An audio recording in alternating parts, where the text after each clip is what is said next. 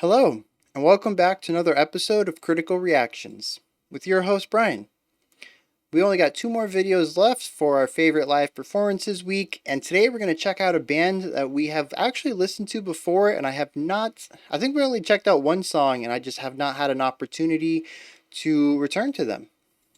So I'm pretty interested in seeing what they can do now.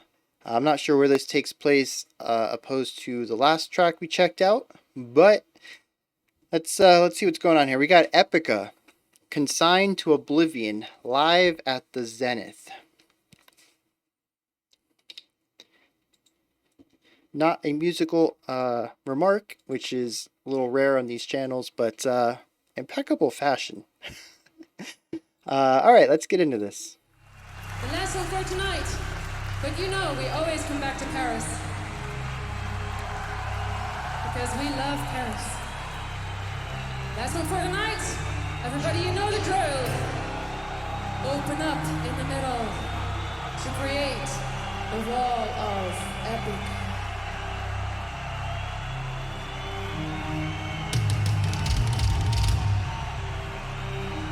Very theatric.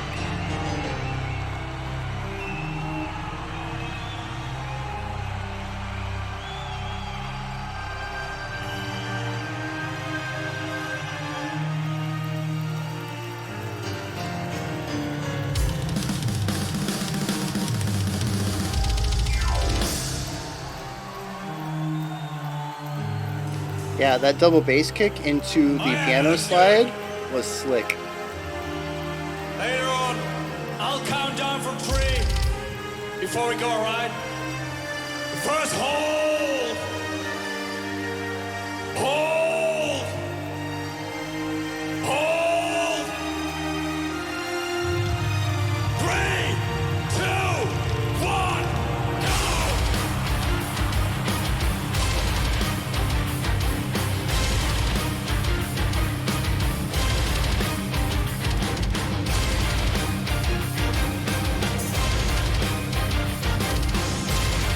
Yeah, so what are you doing? 15-8 right now?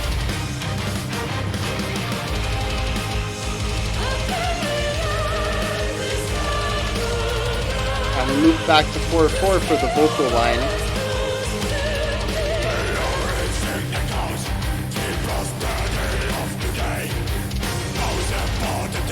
And back to the odd time signature for the growls.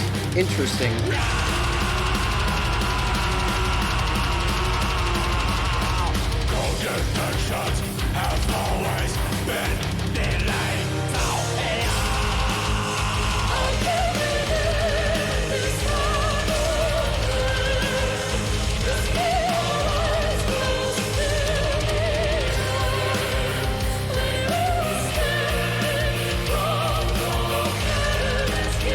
Interesting little mix between the two styles of classical instrument utilization. There's a couple of sections that really utilize it for the sound, but we did actually have some really nice classical writing there at the beginning.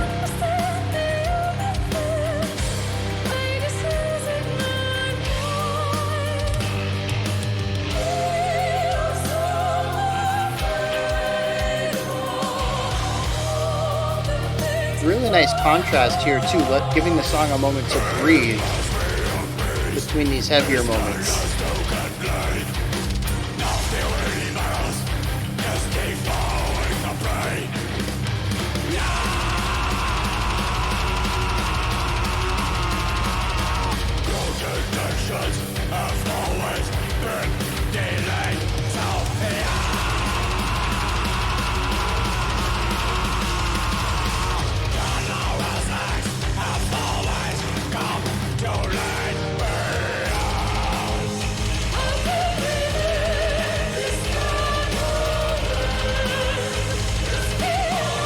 I love the way that the bass kicks work alongside the long string notes.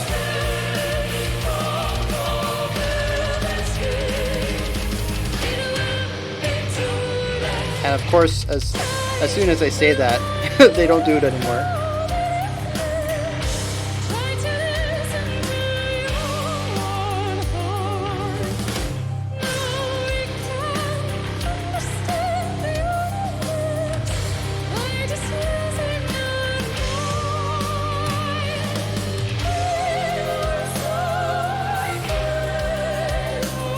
bit of a halftime feel.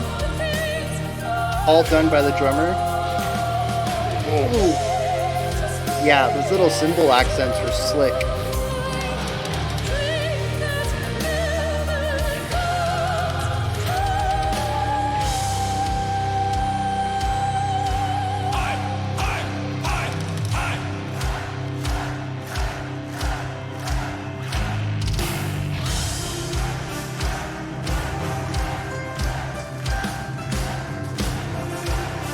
Some nice call and response. Oh yeah, you guys fucking rock! Thank you so much for this fantastic evening! We hope to see you all soon again! Come on!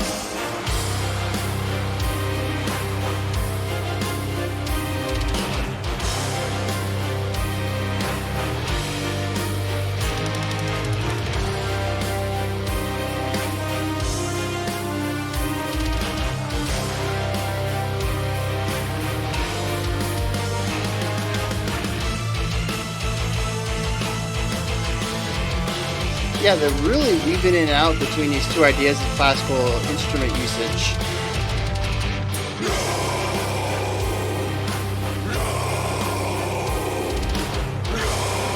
See, this would be a moment when they're using it for the texture.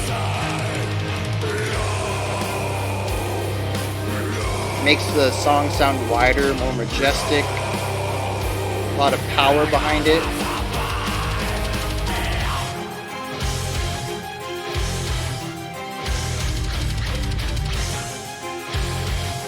Yeah.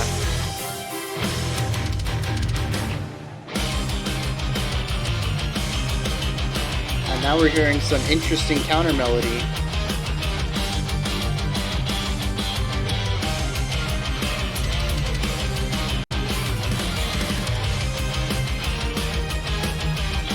And a really slick key transition there. Or not a key transition, a variation on the chord progression.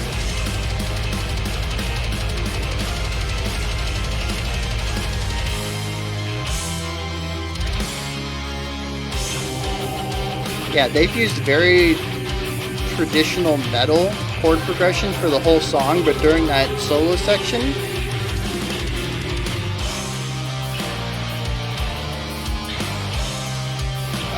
they're towing it right now.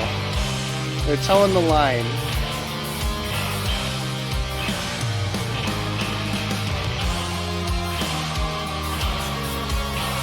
Oh yeah.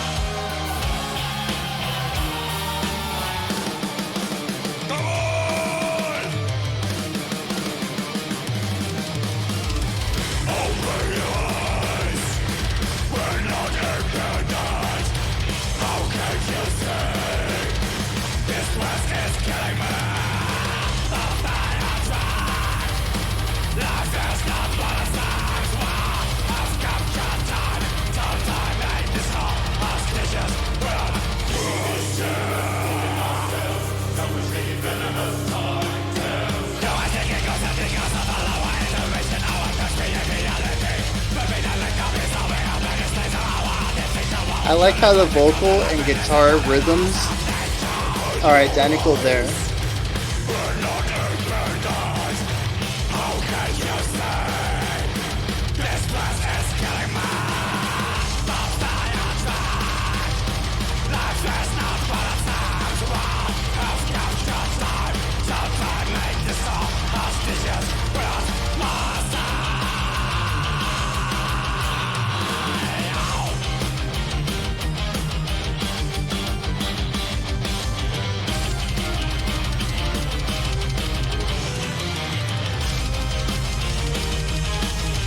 Interesting little polymeter there. We were either in a 4 or 8 pulse, but I was feeling a 6 as well.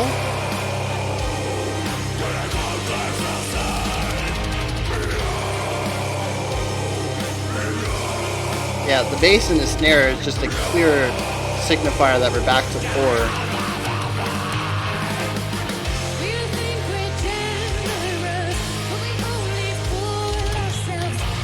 Yes.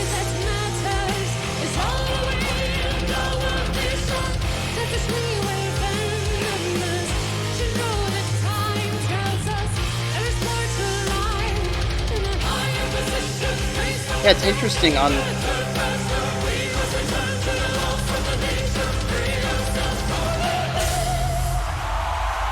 I didn't want to talk over the ending. I felt it coming on. Yeah, so really cool full band synergy there at the end, rhythmically. The vocalist and the guitarist and the drummer all came together for that last phrase.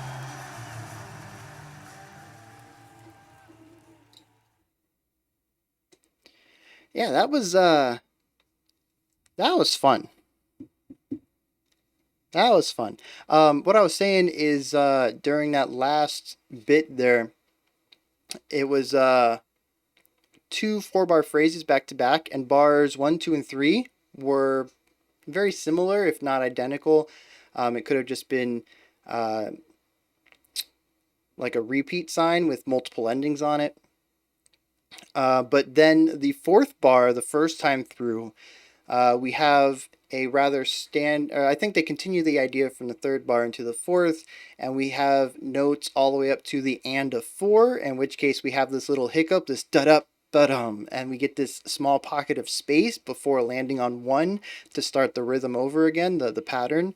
But then the next time when we get to bar 4, the drummer just starts going overdrive on the double bass kicks, and yeah, it's this energy buildup back to the repeat of the entire 8-bar phrase. But the fourth bar and then the eighth bar alternates between this sort of retracting of energy with the little hiccup to put in a little pocket of air, a little pocket of space, some time to breathe, and then just going full on, like 16th notes I think it was. And it's this push and pull. You got this standard 3-bar phrase, and then on the fourth bar we withdraw some energy.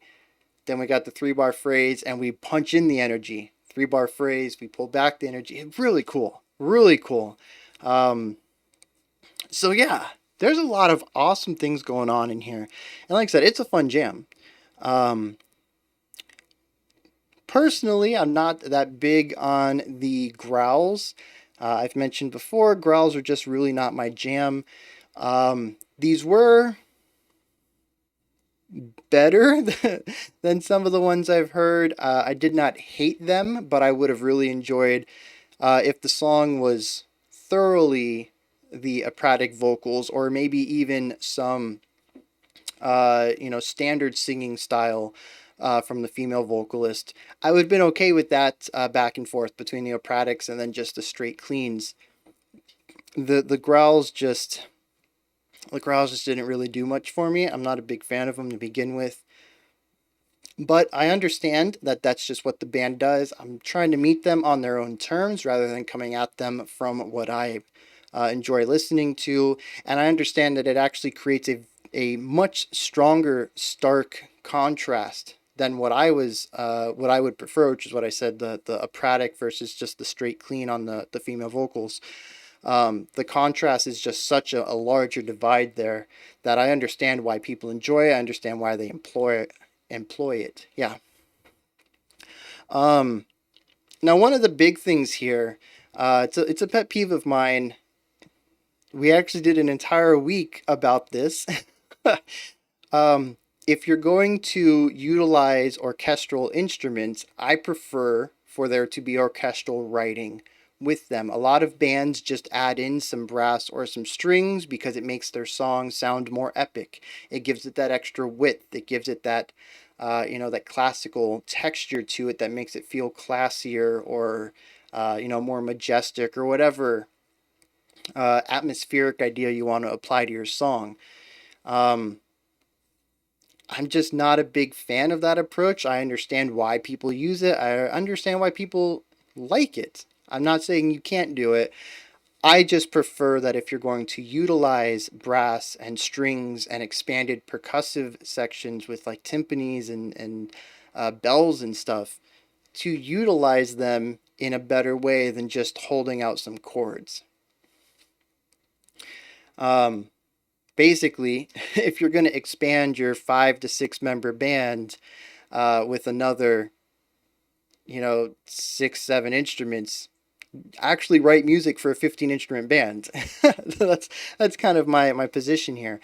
So I think it's really interesting with this band because I knew coming into it that they use orchestral sounds, and it's going to be something I'm going to talk about. And I like how they kind of bounce back and forth on this one. There are some sections where it feels like they just used the strings, tossed them some whole notes, and said, "Give us that extra width, give us that epic feeling."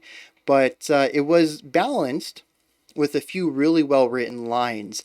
And those lines tended to come from the brass sections and the piano sections. There's actually some really nice writing, melodic passages in the brass stuff. There's some cool counterpoint in the piano usually against the guitar, but also the piano had a couple of really nice melodies that went against the vocal line as well.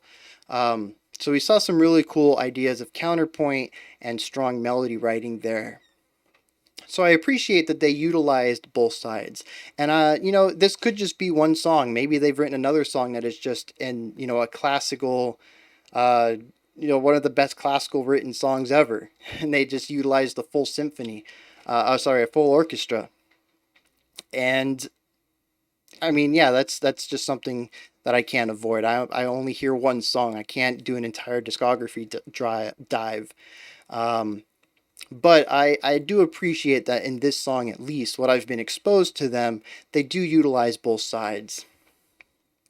I also really like their contrast, not only with their vocals of having the high female opratics versus the low male growls, but also the way that they write their music. There is this really nice ebb and flow to their musical writing. They push the drive when they go into some of their more metal oriented stuff. They kind of rein it back a little bit and widen it out because some of the metal stuff ends up feeling a bit flat, especially against the elements where they bring in the strings and the brass. And the operatic singing is just huge. Operatic singing as a bass line is just a very high volume singing style, so it's going to have some width and power to it that I think even growls have a difficult time contending with despite all of their textural width.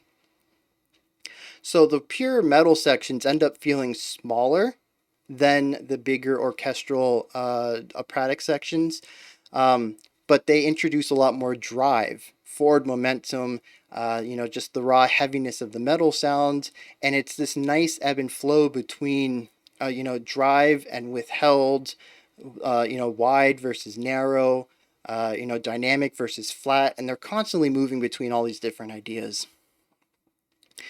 So I really appreciate that. It's a dynamic song on a few levels. Volume kind of was not one of them. The volume was pretty flat the entire time, even if they went through different sounding volumes. I've mentioned this before. It is something just about modern engineering. We tend to create sections of songs that sound quieter or louder, but when you're actually looking at a mixer, they're the same level throughout. It's this emulation of quiet or perception of quiet, however you want to visualize that. I wish that this. I mean, it could just be this live performance. I don't know how this lines up against the studio recording, but I wish they had allowed the volume to be as dynamic as their width and energy and tempo and stuff like that. A little bit of dynamics as well in their chord progressions. A lot of the song really leaned into more traditional metal chord progression, really dealing with a lot of strength and power in note relationships, but it was very cool to hear a bit of complexity shine through during the guitar solo in the section that came after that with the piano and guitar counterpoint that was going on. They were really introducing a bit more colorful chords into the mix, even if they did rein it in to close out the song. It's nice to see a band, showcase a little bit more outside of just the standard metal stuff. Especially, like I said, if you're going to incorporate classical elements, incorporate them all. And I love how they did a little bit of the work to put that in.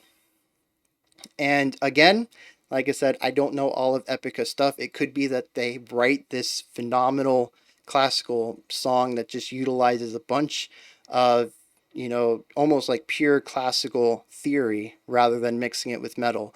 All I can do is judge them based on this song here and understand that they have done a lot more stuff and that this is only the tip of the iceberg.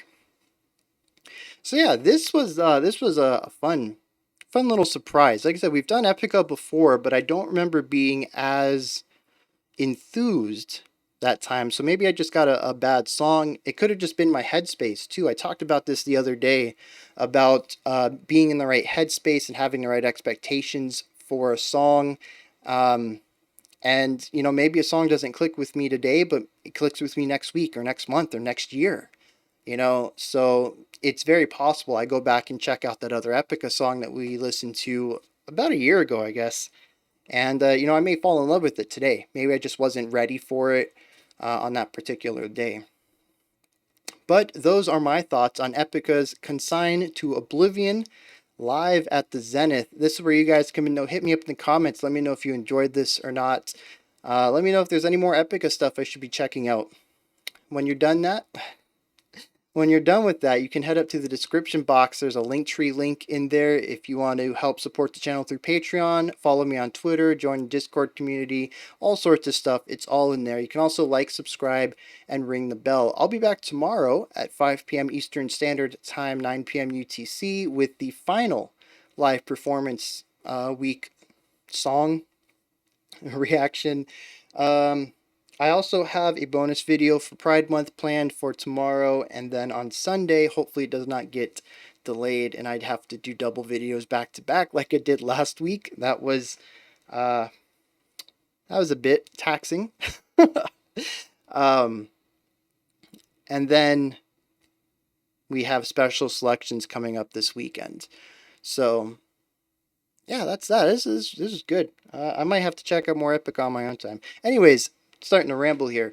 Until next time, remember to be critical and not cynical of the music you listen to, and have a fantastic morning, afternoon, or evening whenever you choose to watch my videos.